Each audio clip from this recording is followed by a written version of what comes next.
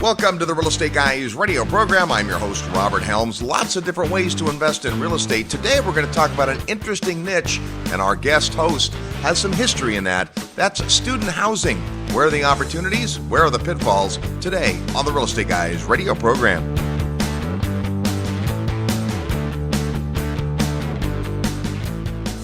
Memphis, Tennessee is a market that delivers in more ways than one. As home to FedEx, Memphis is one of the largest distribution hubs in the world.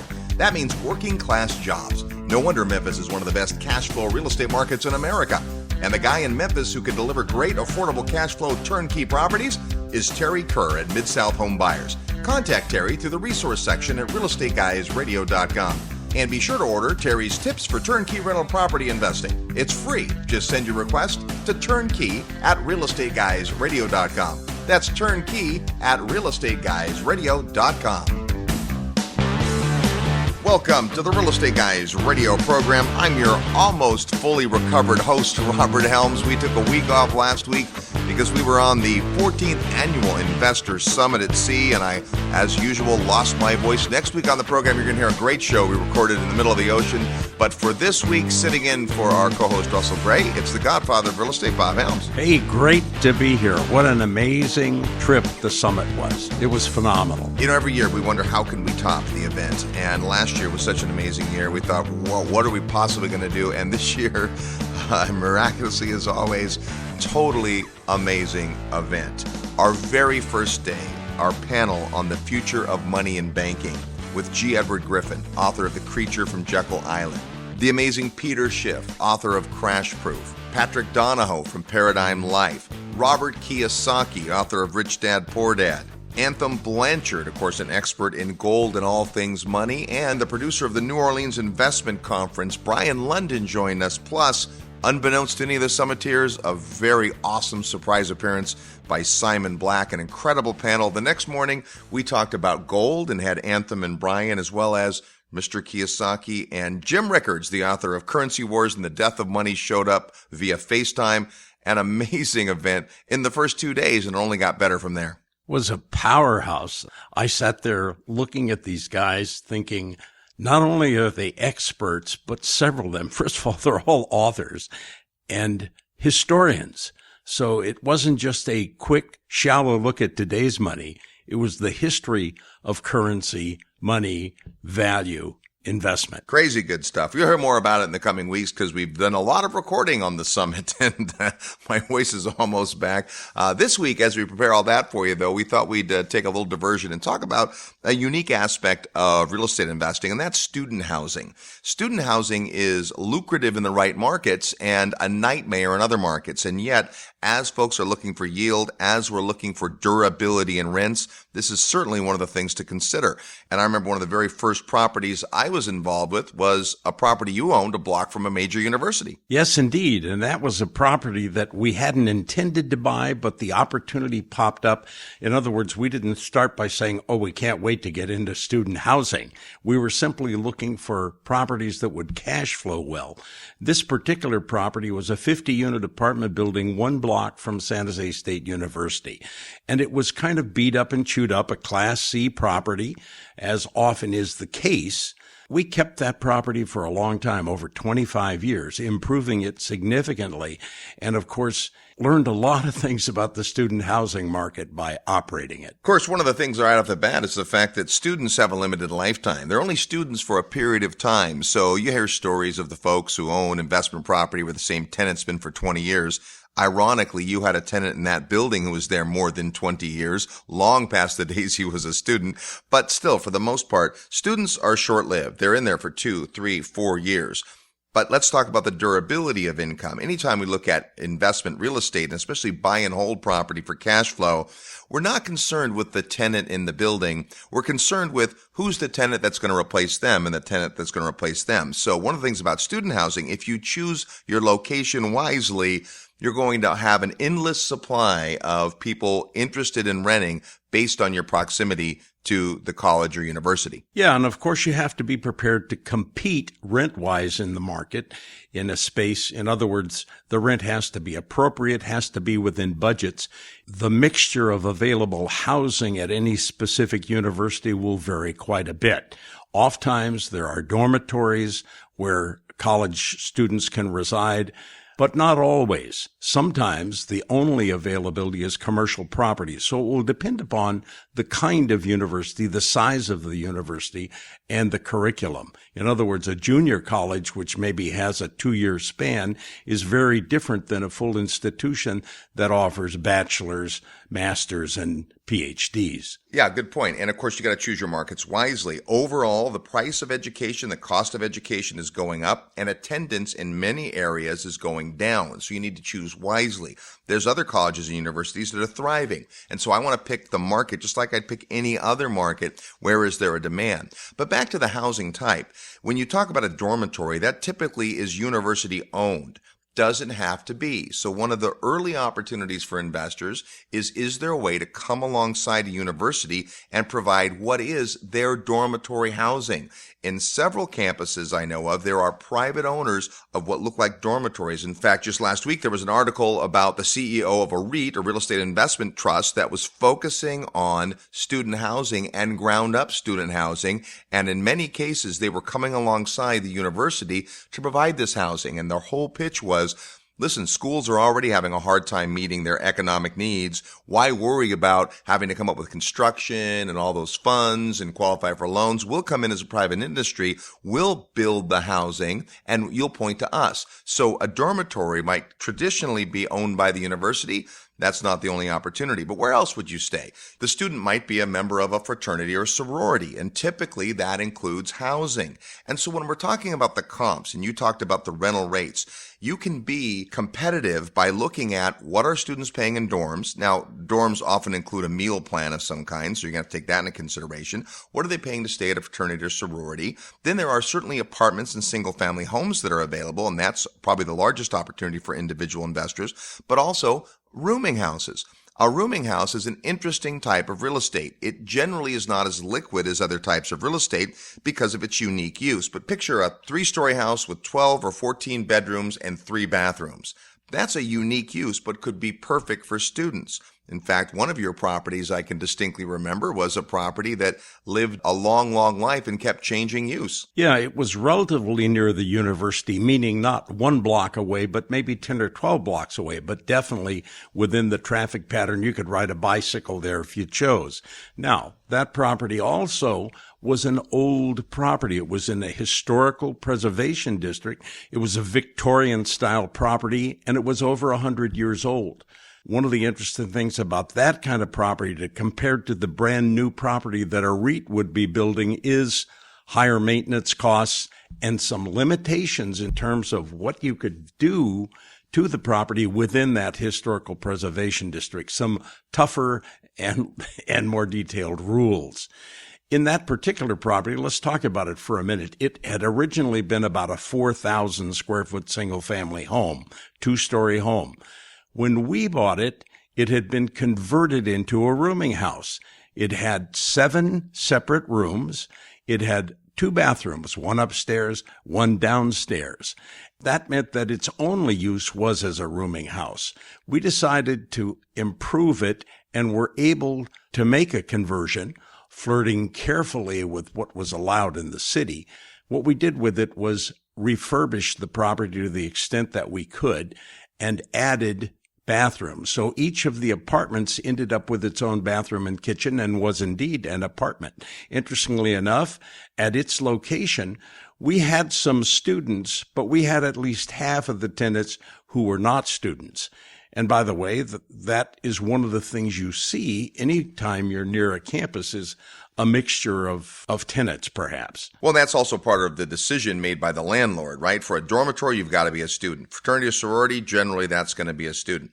As an individual owner, you might decide that, I'm going to focus on a location that's near a college or a university, and that's my primary tenant, but you don't necessarily have to restrict the use. Over time, with the building you talked about at the beginning, the mix of students changed a lot from year to year. And that's also part of the understanding of the college or university and the market you're in. There are some markets where students absolutely move out of their apartments for the summer, then they move back in the fall, which means you're looking at a pretty big chunk of vacancy. Since I managed that building, we would often give incentive for students who would stay over the summer. They would get a reduced rate because they were using less utilities, there was less wear and tear. Easy for a student to pack up their suitcase and move out for a couple of months, and then they'll go through the brain damage of finding a new unit. Explaining to them that, hey, you don't have to do that. You can just leave your school stuff here and don't worry about it. It's all going to be good. And giving them incentive, let us take our occupancy rate up higher. There's another interesting factor. When we first bought that building, and again, remember, we kept it for 25 years, the administration of the local college had essentially control of all the student housing. They had not yet built any dormitories at San Jose State University, and the student housing office essentially was in control. So if you were going to rent a property, you had to go through the student housing office. So that led to interesting things. The University of California at Berkeley has had very strong control over all of the properties surrounding it. So you have to make sure you do your homework and understand what does it take to make this work successfully commercially. We're talking about student housing. Is that an itch you should consider? And if so, how do you play? I'm your host, Robert Helms. We're the Real Estate Guys. Live nationwide, you're listening to the Real Estate Guys. Find out more at realestateguysradio.com. Stop for a moment. Why are you listening to this show? Are you dreaming of a bigger, brighter financial future? More personal freedom to live life on your own terms? What if there was just one skill that could make it happen? There is. Sales. Robert Kiyosaki says every entrepreneur must be good at sales. It's true for investors too. Sales is how you attract money, people, and opportunities. Sales is the skill used to negotiate deals and lead your team. Sales skills are essential to success. The good news is, it's a learnable skill. The great news is, we've created a 2-day interactive workshop to teach those skills to you. Make plans today to attend How to Win Funds and Influence People, Mastering the Art of Financial Selling. For dates and details, send an email to sales@realestateguysradio.com or visit realestateguysradio.com and look under events. Gain the skills you need to succeed. Email sales@realestateguysradio.com or look under the events tab at realestateguysradio.com. Hi, this is Patrick from Paradigm Life. I've recently written an ebook called The Perpetual Wealth Strategy. The ebook discusses one of the best investments, real estate, combined with a financial vehicle used by the wealthy, many U.S. presidents, famous actors, athletes, and even Houdini himself. You can download the ebook for free in the resources section on the Real Estate Guys Radio homepage. Don't wait. Go download it now. Hi, this is Kendra Todd, winner of The Apprentice, and you're listening to The Real Estate Guys. And welcome back to the Real Estate Guys radio program, heard every weekend on this fine radio station all the time at realestateguysradio.com. Hey, if you've ever struggled in sales, we've got an event for you coming up at the end of April in Dallas, Texas, How to Win Funds and Influence People. This is a 2-day workshop that Russell Gray puts on, focused specifically on the sales skills necessary to raise capital. So if you're looking to raise money from other people to do bigger deals, maybe you've been to our syndication event. This is a great follow-up event. All the details on our website at realestateguysradio.com. The Godfather of Real Estate's with us today. We're talking about student housing, and there's lots of different ways to play. I can remember a mentor of mine who had a great niche when he was selling real estate. He would market to the parents of incoming freshmen. So back to what we were talking about before the break, Bob, how do you find the parents of incoming freshmen? Well, he had an arrangement with the university and their student housing department to get those names, and he would reach out and say, Mr. and Mrs. Johnson, congratulations on your son or daughter attending this wonderful 4-year institution. For your consideration, there are many condominiums and townhouses in the area that could make great sense as a home for your student during the 4 years they'll be here. And he had this wonderful write-up he did that showed what the cost would be to be in a dorm or be in a fraternity or sorority or be in their own unit. And basically, he could show these folks that he would help them buy the unit, hold it and manage it for the 4 years, and then sell it, most likely to another incoming freshman's parents 4 years later. And he did a ton of business that way. And the win on the side of the student and their parents were they were able to make an investment and in many times recoup a lot of that when they sold. Some of those parents, of course, didn't sell. After their student moved out, they said, well, this has been a great rental from our perspective. Why don't we keep it and rent it to an incoming freshman, which is exactly what they did. Yeah, and I remember specifically, Robert, one of your friends whose parents bought a property, and there was conversation about new properties being built that were specifically tailored, not unlike a rooming house, for those students. For example, instead of buying a single-family house that had 1 or 2 bathrooms that you split up and the tenants had to share that bathroom, they'd build a property that was a 4-bedroom house with 4 bathrooms and a shared kitchen. Much easier to share a kitchen than a bathroom for most people. And again, those were specific, aimed at that niche, but cleverly done. That's exactly what this EDR REIT is building. They're building 3 and 4 bedroom units with a common kitchen and living room area, and then 4 or 3, depending on which model, independent bedroom and bathrooms. So the student has their own bedroom, own bathroom, but their common area is shared. And students are very social. Young people in general are very social. Back to the first apartment building that I managed, it was set up where each unit had a shared kitchen and bathroom with 2 people. So you had your own room, but you shared your bathroom and your kitchen with another same-sex student. And that was a great way from the landlord's perspective to get a lot of yield per square foot. We essentially rented the kitchens and bathrooms twice, if you will, and they were fairly small units. And yet the students and the folks that lived there loved it. They loved having some solitude, but not always being alone. Yeah, that was very effective, and it was a surprise in many ways. I remember when we first looked at that building, I had never done that exactly, so I couldn't imagine how it worked. Now, when I say exactly, what I mean is that when I started, I was also a graduate of San Jose State University, but I didn't live in student housing. I lived at home, and I shared a room and bunk beds with my brother at the beginning of it. So it really is what your habits are, what you're comfortable with, but we take advantage of what's there. And that building worked really well. Again, we kept that building for over 25 years, so that system operated well. Now let's talk a minute about fraternities and sororities. Some fraternities and sororities own the real estate, but many do not. Many lease those properties. So that could also be an opportunity for an investor to know that you'd have what we call a master lease. Now, a master lease doesn't have to come from a fraternity or sorority. We have a good friend who, while he was going to college for 6 years in his case, he didn't buy a house. He rented a 4-bedroom house, and then he turned around and sublet 3 of the rooms. Based on that, the rent he got from those 3 rooms covered almost the entire cost of renting the house. So, for one thing, if you're not yet to the point where you have a lot of money, that could be a way for you to create a scenario where your housing is mostly covered. But the bigger picture is, think about the landlord. That landlord didn't have to deal with 4 individual people who might come and go and move in and move out and have their issues and be able to pay and not be able to pay and have whatever issues tenants have. They had a single tenant who rented the entire house with the provision that he could sublet, and he did. After living in that house for 6 years, he had dozens of roommates over time, but he was the consistent factor. So one way to benefit from student housing is to look for a master lease scenario. I think it's a great way to do it. It's very, very simple. And as you point out, you've only got one student to deal with. Students can be flighty. Most students attend college. They work very, very hard, and the only focus they have is the books, is studying, is getting through the curriculum.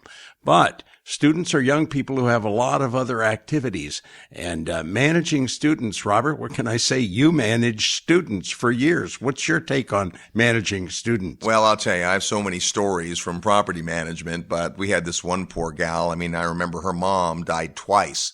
That's how hard it was for her to pay the rent. She had used the same excuse that her mom had passed away, and she used that excuse, 2 years later. And then we had the folks who thought, well, if I have a check in the checkbook, I guess I'm good, right? And they'd write checks that would bounce and just all those stories. But for the most part, you get the folks who have never lived away from home. And that's a whole new reality for them. Sometimes they've been under the thumb of their parents for a long time, and now they have this newfound freedom, and that can be scary. So Depending on the jurisdiction you're in, the state or county and its tenant landlord law, I'm always in favor of student housing, of having a pretty firm rental agreement where the rules are clear, where there's quiet hours, when there's specific uses. What I liked about the smaller units where there's just a bedroom and bathroom, or in the case of the one where they were shared, is that you couldn't fit too many people in those rooms. They weren't having big parties.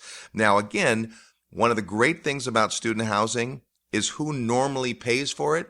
The parents. So you've got the young person staying there, and you've got the wear and tear that may be associated with that. But at the end of the day, you have a guarantor. You have a strong person who's applying. Most students who don't have a job and are just going to college aren't going to pass muster when it comes to applying for your rental anyway. So you always look through to the parents to say, hey, are you responsible for the rent? And the answer you want is yes. You not only want a yes, you want them to co-sign the rental agreement.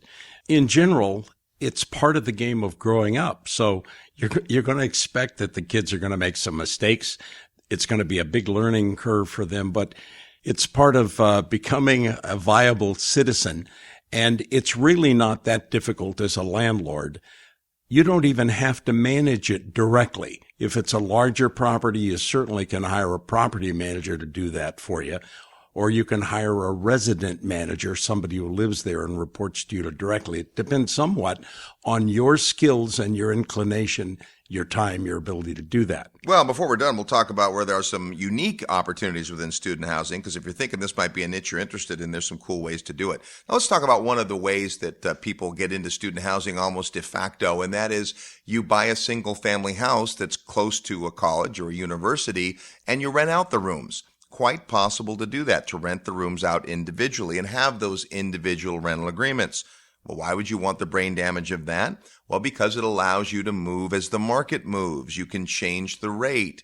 One of the challenges is when you put total strangers into the same house is their ability to get along and you not to have to be their drama coach and referee, right? Because things happen. And so I generally am in favor of a group that comes together to rent. We've had this happen many times over our investment career where we've got, 5 girls. Remember, these 5 girls came and they wanted to rent a house. It was a 4-bedroom house. And they said, well, 2 of us, we're going to take the master bedroom and we're going to share, and the other 3 are going to have their own bedroom. And they were all charming girls and they had good financial backing and it all worked for the first 4 months. Then all of a sudden, when the rent check came in, it wasn't for the $2,000 rent. It was for $1,600. It's like, wait a minute. So I called up the gal who was my contact, and she said, oh, well, Beverly moved out, and so she hasn't paid the rent this month. And we had to explain that, well, you've signed the lease collectively, and you're all responsible. The fact that you decided to make it $400 per girl, that's your business, but collectively, you are responsible for $2,000, not the $400 each, which she got eventually, and they went back and they all threw $100 in the hat and they made good. And guess what? They now had 4 people out looking for a roommate. Now, make sure if you're in that kind of a situation as a landlord that you have the ability to prove any additions to the rental agreement. So they can't just bring in some unknown person. That person should go through the same vetting process you or your property manager has before you allow them in the unit. Yes, and let's look at this. Rental housing everywhere, in every state in the U.S. at least, is a regulated industry. So this is a matter of regulations that protect the tenant so that they're not taken advantage of by unscrupulous landlords. But it's also, those rules are meant to make it clear how it works so that the landlord is also protected. So what am I getting at? It depends on the kind of property and the specific location what those rules are about. For example, in most places, if you own a single family house and you decide to put renters in and it's your house, there aren't any regulations. You can decide how many people you put in, what the rules are.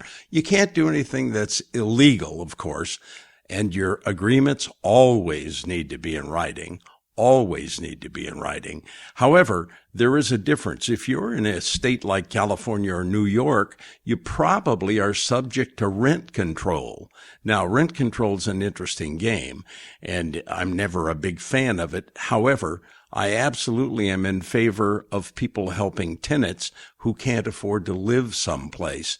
What I'm not in favor of is them voting for me to be the payor if I'm the guy who owns the apartment building. So that's just a caveat.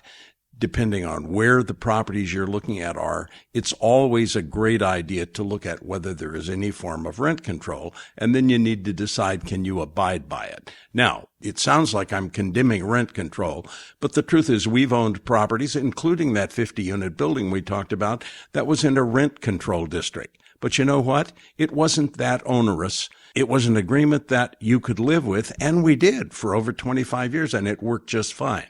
So I'm not just condemning rent control. What I'm saying is if you're thinking of investing in the sector, then it's worthwhile for you to make sure you understand what the rules are. Yeah, and market analysis is different in this product. You mentioned the student housing office. You definitely want to go find out what that's about. At some colleges, it's simply a bulletin board where landlords can list vacancies. In other places, they do a full-on matching service to look at what you can afford, the areas you might be able to consider, what's open in terms of roommate situations, all that. So that's a good place to start. You also want to know whether or not the majority of the housing in the area is sponsored or not, meaning is it owned by the university or by the Greek organizations, or is it independent? And that answer varies greatly. The needs for student housing are diverse, but generally it falls into the same three categories all of the real estate does: location, location, and location.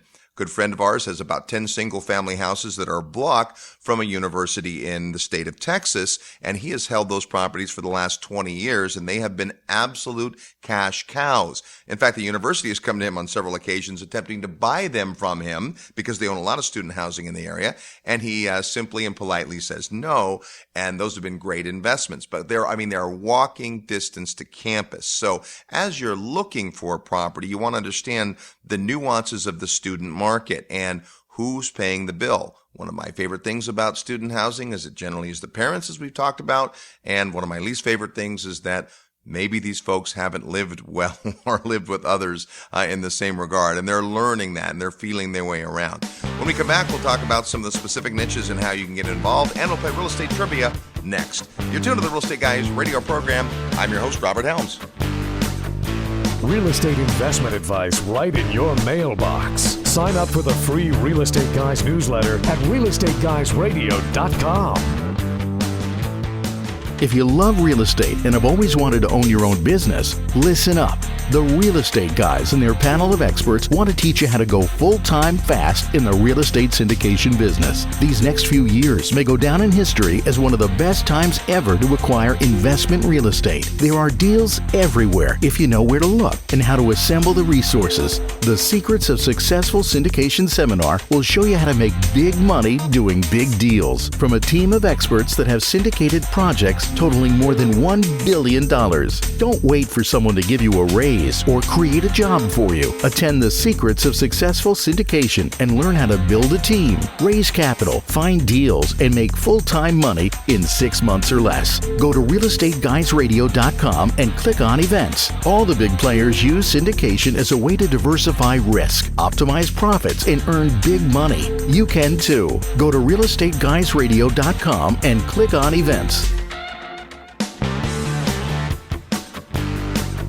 Hi, I'm Mark Victor Hans. You're listening to The Real Estate Guys. If you want to expand your consciousness, expand your wealth, expand your future, and have more delight and excite in your future than in your past, keep listening to The Real Estate Guys. Welcome back to the Real Estate Guys radio program. Thanks for tuning into the show. Hey, if you've ever wanted to do bigger deals and make bigger money using other people's capital, come on out to the Secrets of Successful Syndication. Our next syndication event is the first weekend of June in Dallas, Texas. All the details are on our website at realestateguysradio.com. We're talking today about student housing as a potential niche for real estate investors. Before we get back to that discussion, it's time to play Real Estate Trivia, your chance to win a prize by knowing today's trivia question, which, as you can probably imagine, has something to do with student housing. As soon as you hear the question and think you know the answer, send off your best guess to trivia at realestateguysradio.com. Trivia at realestateguysradio.com. Include your name and your mailing address because we're going to send you the great book, The Social Capitalist by Josh and Lisa Landon, How You Can Do Well by Doing Good, which is, in a way, what student housing is. It's a wonderful book. That can be yours. Before we give you this week's trivia question, our last show was in Dallas, and we talked about the Dallas marketplace. Here was our question. What was the original name of the football team that is today known as the Dallas Cowboys? Well, we had some funny guesses, but in actuality, here's what we're looking for. The Dallas Cowboys were originally known as the Dallas Steers. Here's our real estate trivia question for this week. Which U.S. university has the greatest percentage of male undergraduates housed in fraternities? So there's a particular university in the U.S. that has more than 75% of its male undergraduates at fraternities. That's a big number. That's a high percentage. Any ideas? Well, if you know or want to take a guess, send us your best guess to trivia@realestateguysradio.com, trivia@realestateguysradio.com. You have to include your name and your physical mailing address so that if you're the winner, we can send you a copy of Josh and Lisa Lannon's great book, The Social Capitalist. Which U.S. university has the greatest percentage of male undergraduates housed in fraternities? That's today's real estate trivia question. My voice is still hoarse from the Investor Summit at Sea, but wow, what an amazing time we had. Won't be too much longer till you'll be able to sign up for next year's event. We have the dates, we have the ship, we have the ports. We're working on the faculty, and you'll be hearing about that, I'm sure, in the coming weeks. We've got the Godfather of real estate sitting in for Russ Gray, who is even in worse shape than I am in terms of recovery, but he'll be back next week. We're talking about student housing. And of course, over the years, Bob, you've been involved with a lot of student housing, not only owning a lot of it, but brokering deals for folks too. And what I thought we'd talk about is where the actual opportunities are when it comes to student housing. We've hit on some of them. You can go look at a marketplace that's near a college and find a single family house you want to rent out. You might seek out a master lease tenant. The other side of it, the big tall side of it, is the apartment side. A lot of apartments are geared towards student housing. Now, just like every other part of the apartment niche right now, cap rates are squeezed down, there's competition. But one of the unique things about the areas near many colleges and universities is we're not talking about 300 and 400 unit apartment buildings. We're talking about 8 units, 12 units, 15 units. Yeah, you're right. There's a lot of variety, and by and large, these aren't all huge buildings. The huge buildings turn out to be the dormitories. And for some universities, that's a significant part of the housing they have. It generally depends on how they began and how they changed over the years. If we look at universities in the United States, there are a lot of very old, very storied establishments, and there are newer ones. In fact, there's a trend towards getting education online in a lot of places. There are colleges like, I think of Arizona University, who've done that for a long time, who have those kinds of programs. Generally, what we're talking about are people who are going to physically attend the university and are going to reside in the locale so they can get back and forth easily. So we're generally talking about proximity to the university's physical campus.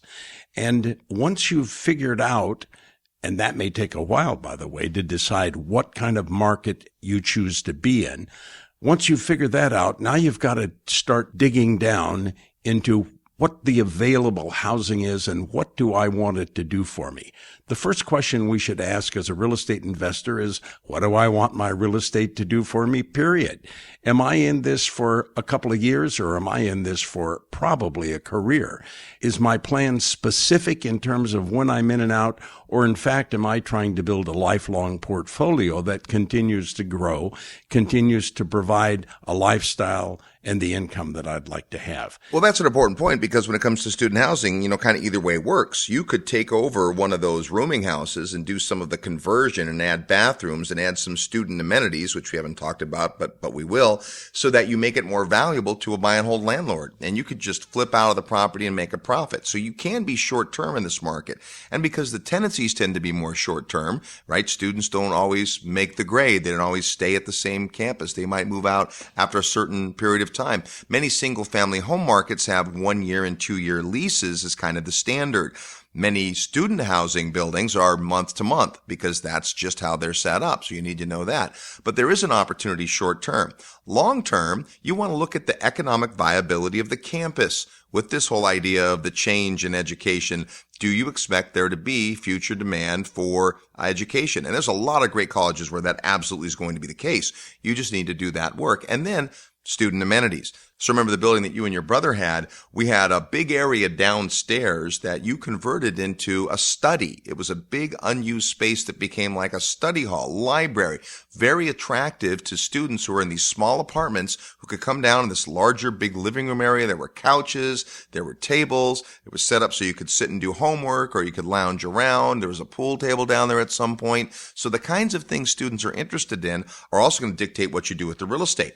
Broadband and Wi-Fi are critically important today. Good cell service critically important today for students. So you need to think through who in any real estate niche, who is your tenant and what do they want, and how do you provide that affordably? I like the idea of thinking about adding value, because it's one of the classic things that people do to realize a relatively short gain. If you buy a property of any kind and, quote, fix it up, if you add value to it so that you've improved what you're offering to people, that normally will coincide with an increase in rent, which drives the value up and allows you to make it short term, or what we call flip and hold, fix it and then hang on to it. So you can do either one of those things. So long term, if you look at what's available in student housing, you see these mid-level apartments we talked about, and certainly in some campuses there are larger apartment buildings. You just want to understand what the student demand is. And of course, the more generic the property is, then you have the opportunity to rent to non-students. So that's the trade-off. If it's too student-centric, then maybe you're leaving out a potential part of the marketplace. But if you're trying to attract students, you do want to have the amenities that they want. Is it on the bus line, for instance? A lot of students don't have cars. They ride their bike or they take public transportation. How close is it? The property you had right on the corner was the bus line, and on the corner 1 block away was a great little restaurant, and across the street from that was a laundromat. All things that students need. Absolutely. One of the interesting things, too, is if they do have a car, what kind of parking is available? Some universities have huge parking garages. Others are permitted parking only. You can't park on any of the streets near the university unless you are a student so that you can have a permit. Your car won't be there when you come back that night if you haven't paid attention to those rules. So those are all things that just add to the desirability. If you're going to have working tenants instead of students, they're all going to have a car, or mostly all going to have a car, and you're going to have to figure out what's available to you. Parking, as a university grows and begins to take up and consume all the space around it, it's often at the expense of parking. So that's a careful consideration to look at. There's lots to think about in student housing. We'll get more to the discussion when we come back. You're tuned to the Real Estate Guys radio program. I'm your host, Robert Helm. Need help with your real estate investment portfolio? Check out the resources page at realestateguysradio.com. Are you ready to profit in paradise? Hi, it's Robert Helms, and if you think real estate investing means tenants, toilets, and termites, think again. Located just a short plane ride from the U.S., a virtually untouched paradise awaits, the beautiful country of Belize. When you go to Belize with the Real Estate Guys, you'll spend 4 fabulous days discovering one of the most intriguing real estate markets I've ever seen.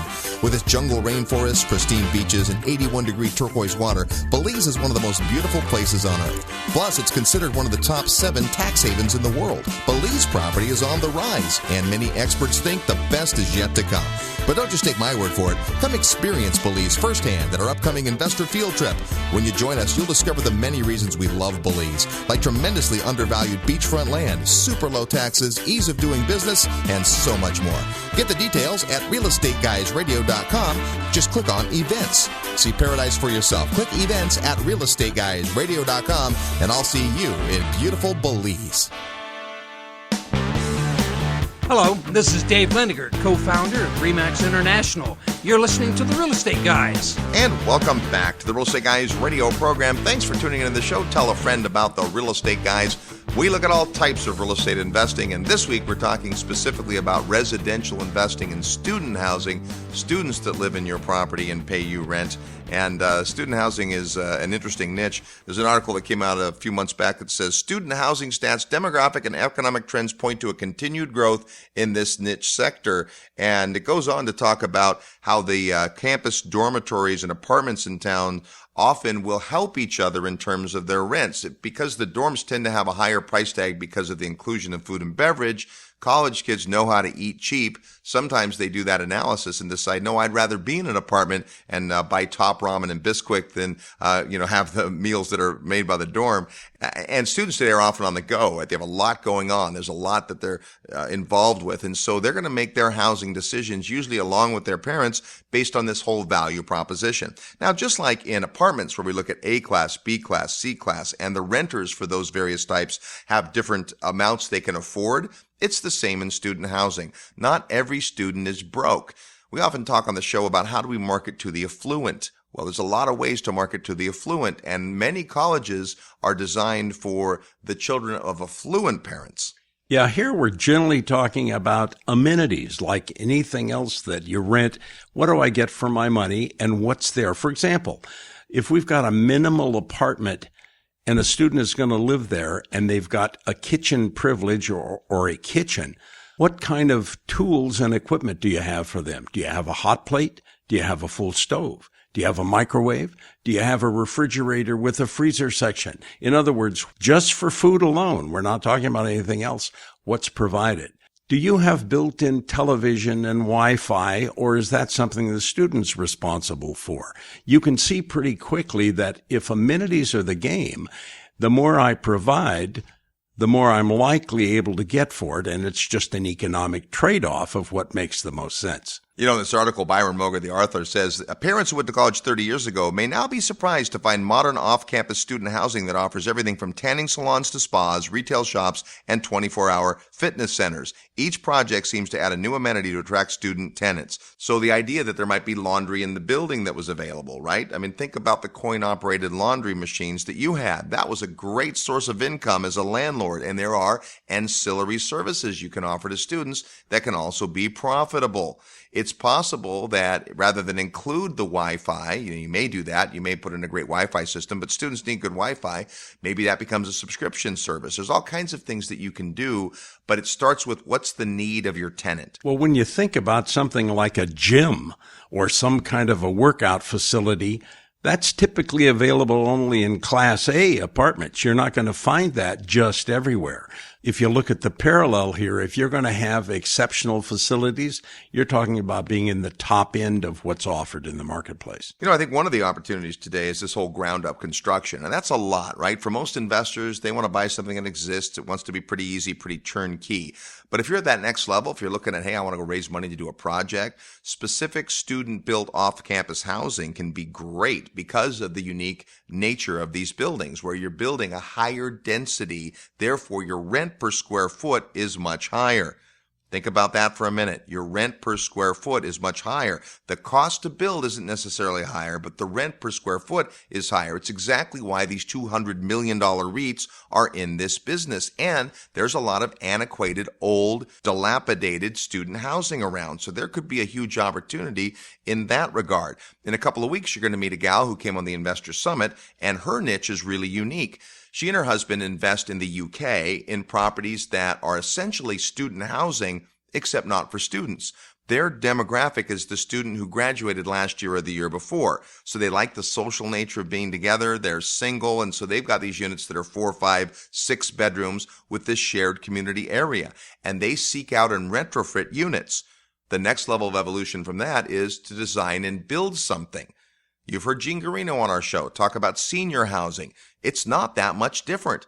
Taking a property that you can convert to more bedrooms and more utility and get a higher dollar per square foot, student housing is one of the niches where that's possible. The reason that idea may be frightening to you if you're a beginning investor is simply the trade-off of risk. Anything that you're going to build ground up, it does not exist at this moment, has the highest risk involved. Guess what? Coincident with that, it also has the highest reward when you complete the project. So you've got to be sophisticated enough, experienced enough to allow your appetite to allow you to do this. But the truth is, anything that you build ground up has several advantages. First of all, it's new. The maintenance and issues of keeping the property going will be the minimum you will ever have. So new is a big plus. It also gets to be designed the way you want it. Certainly nice if you're looking at high-end and best amenities. It has also probably the best long-term cash flow and appreciation potential. So there are an awful lot of reasons to think about doing it ground up. So you just need to get in touch with your inner investor and decide, is that something that works for me And if it isn't, what do I have to learn to make that palatable? So if student housing is for you, your mission is to go figure out marketplaces. And just like you'd look at any market, you're looking at long-term demand. The nuance is you want to meet with the student housing office and find out, is there a need? A lot of campuses will tell you, no, we got plenty of rooms. That's not our problem. Others will say, oh my goodness, yes, we'll do anything we can to get more units. We'll point at you, all those kinds of things. And of course, that's cyclical as well. But we've certainly benefited over the years from student housing, and it may make sense for you as well. Hey, if you want to come find out about a great real estate market, the Real Estate Guys are heading to Belize April 1st through 4th. This is an amazing trip to see an amazing market. Not a lot of student housing in Belize, but certainly a lot of amazing opportunity. If your mind is open to investing offshore, if you think with all the turmoil happening in the economic system, it might be good to plant a multiple flag and maybe have some of your assets in another country and those kinds of things, you'll learn a lot on the trip. It's April 1st through 4th in the beautiful Ambergris Caye, Belize. Find out all the details on our website at realestateguysradio.com. Hey, big thanks to Godfather for sitting in for Russ Gray today. Next week on the show, you'll meet a lot of the faculty members from our 14th annual Investors Summit at Sea. Until then, go out and make some equity happen. This episode of the Real Estate Guys radio show is brought to you by Paradigm Life. Powerful cash management strategies using life insurance. Learn more at beyourbank.com. Mid-South Home Buyers. Low-cost, turnkey cash flow properties in Memphis, Tennessee. Corporate Direct. Asset protection strategies for real estate investors from attorney and rich dad advisor Garrett Sutton. Find these and other great companies under the Resources tab at realestateguysradio.com. To learn how you can expose your product or service to the Real Estate Guys audience, call 888-489-7723 extension 4. That's 888-489-7723 extension 4. Or use the feedback page at realestateguysradio.com. Thanks for listening, and we'll see you next week right here on the Real Estate Guys Radio Show.